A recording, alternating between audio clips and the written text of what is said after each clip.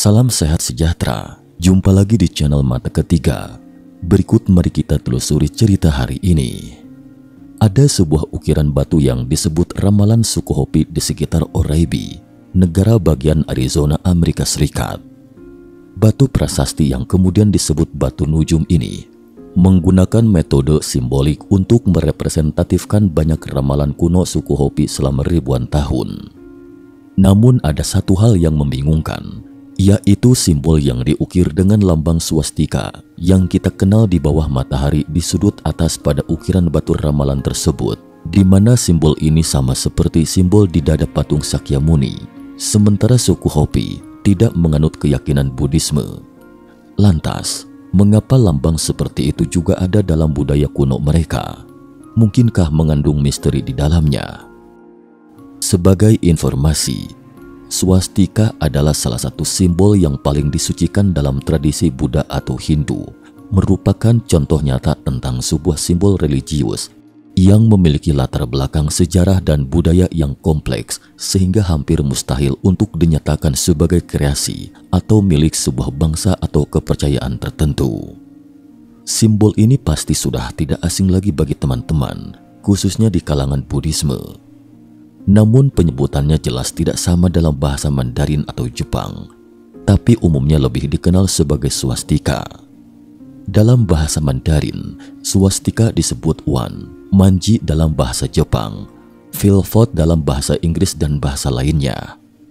Ada yang mengatakan bahwa simbol swastika dalam Buddhisme melambangkan keberuntungan, kebajikan abadi. Sementara di Tibet, simbol ini melambangkan cahaya abadi dan kehidupan yang kekal.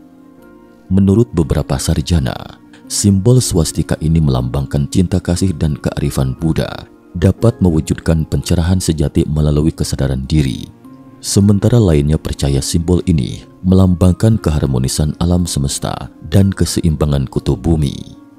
Namun simbol swastika bukan simbol agama Buddha, karena beberapa sarjana telah menemukan adanya jejak di situs kuno di belahan dunia, seperti mangkuk besar Mesopotamia 6000 tahun yang lalu di Museum Louvre, Paris, Perancis.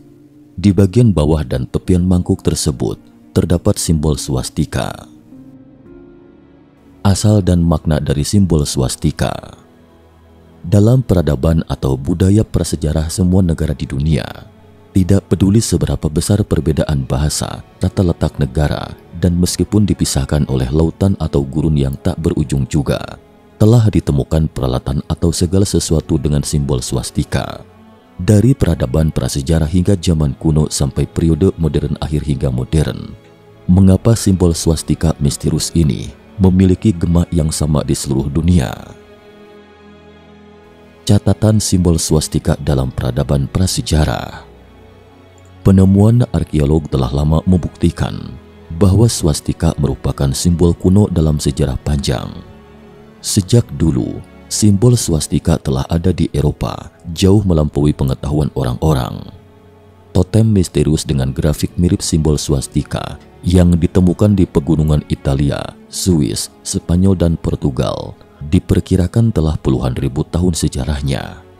Di antara sekian banyak situs kuno di dunia, para arkeolog modern telah menemukan banyak jejak berupa simbol swastika, seperti peradaban India kuno, Yunani kuno, Arab, Rusia, Skotlandia, Irlandia, dan peradaban Minoa di Kreta.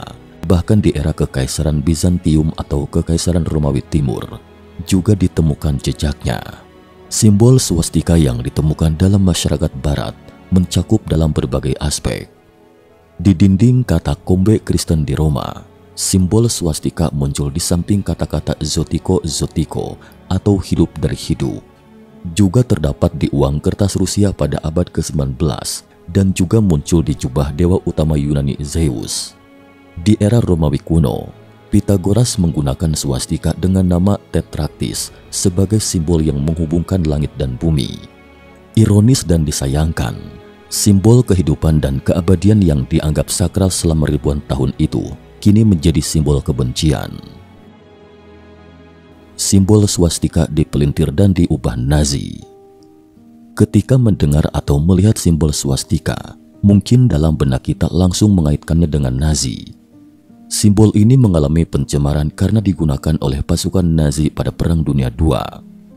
Bagi sebagian besar sejarah, swastika memiliki makna yang sama sekali berbeda.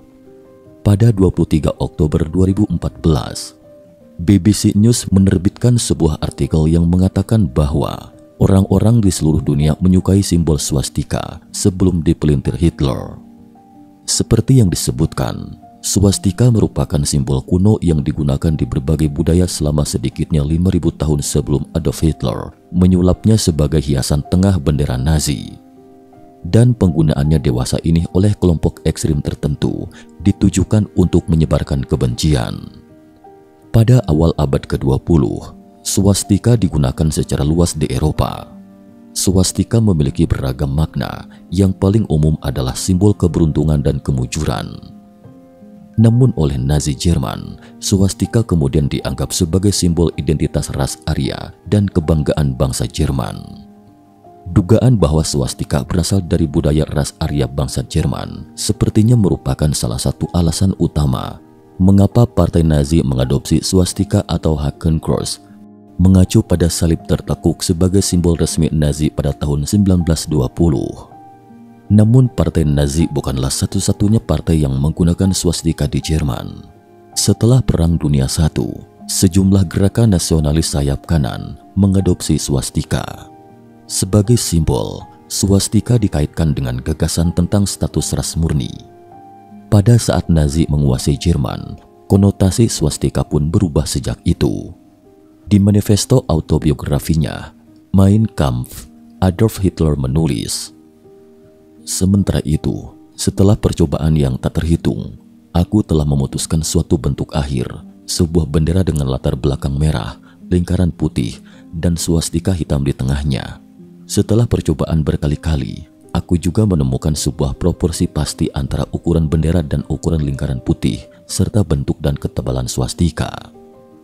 Hitler mempelintir simbol ini.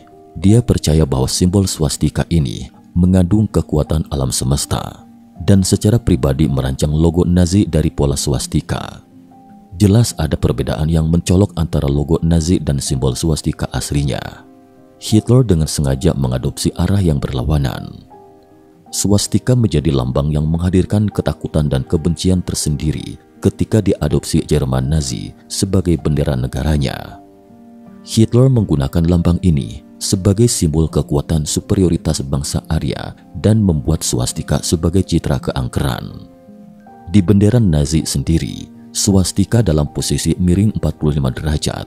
Warna bendera merah, putih, hitam diambil dari warna dasar bendera Jerman yang pertama kali dipakai sebagai lambang dari Kekaisaran Jerman pada 1897. Latar belakang merah dan hitam ini secara implisit mengandung hawa pembunuhan.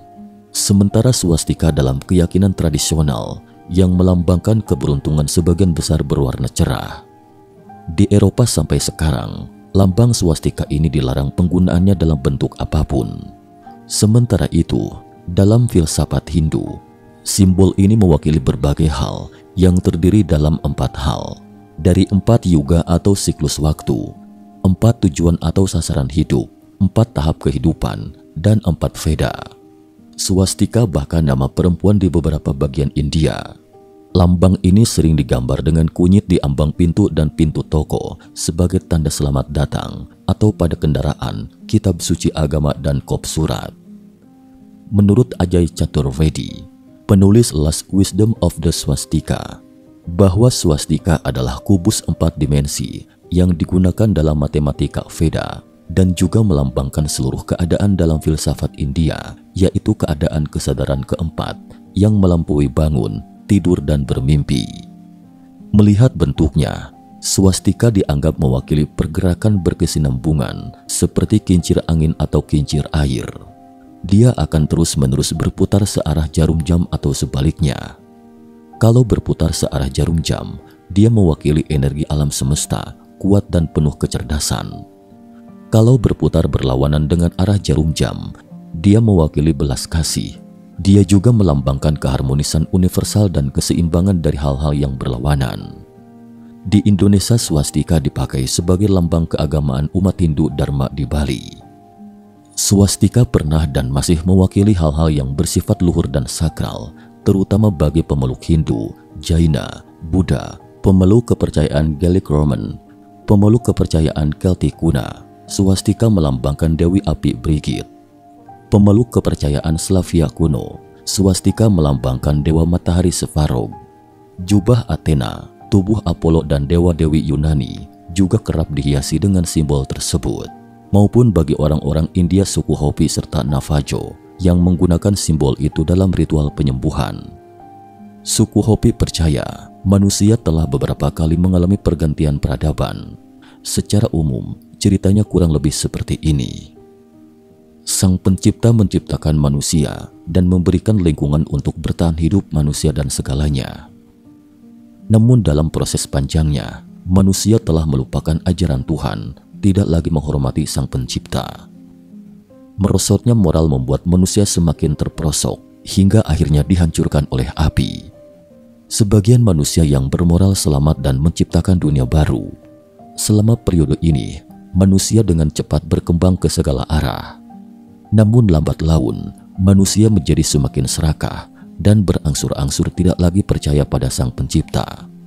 Tak lama kemudian, manusia pun dimusnahkan oleh Tuhan. Siklusnya terus berganti seperti ini. Menurut suku Hopi, bahwa banjir terakhir ketika itu hampir memusnahkan semua umat manusia. Hanya sedikit orang yang percaya pada Tuhan yang selamat. Budaya Hopi memiliki kesamaan terkait asal-usul asal manusia dengan Alkitab. Legenda banjir besar hampir dicatat dalam berbagai suku bangsa di dunia. Setiap kali peradaban berkembang secara material, seringkali disertai dengan nafsu keserakahan manusia yang tak terkendali, menyebabkan moral manusia merosot hingga akhirnya disingkirkan hanya beberapa orang dengan moral mulia yang selamat dan terus mewariskan peradaban manusia. Jadi, apa sebenarnya yang diinginkan manusia? Menurut ramalan suku Hopi, bahwa Pencipta menciptakan dan mendominasi segalanya, dan pilihan manusia akan menentukan hasil akhirnya. Selama periode tertentu, manusia akan membuat pilihan terakhir, yaitu memasuki periode pembaruan dan pemusnahan. Setelah itu, tanaman biji-bijian berkembang subur, kehidupan tingkat tinggi kembali ke bumi. Terkait ramalan yang berharga ini, suku Hopi percaya bahwa Tuhan memberitahu mereka ketika awal mula munculnya manusia. Dahulu kala, suku Hopi menceritakan hal-hal ini diwariskan secara turun-temurun dari generasi ke generasi. Apa yang mereka bicarakan adalah era kehidupan kita saat ini. Mereka bilang bahwa orang-orang yang dapat hidup di bumi saat ini adalah manusia yang paling beruntung. Pada saat ini, semua bentuk materi berada dalam periode pemurnian penyingkiran. Meskipun akan sangat sulit, tapi adalah sangat mulia dapat eksis di era ini dan menyaksikan semua itu. Simbol ini kemungkinan akan menjadi tanda kedatangan Sang Juru Selamat ke dunia.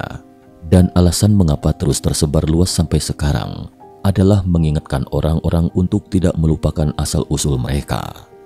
Menurut tim kami, itulah arti sebenarnya. Bagaimana menurut teman-teman?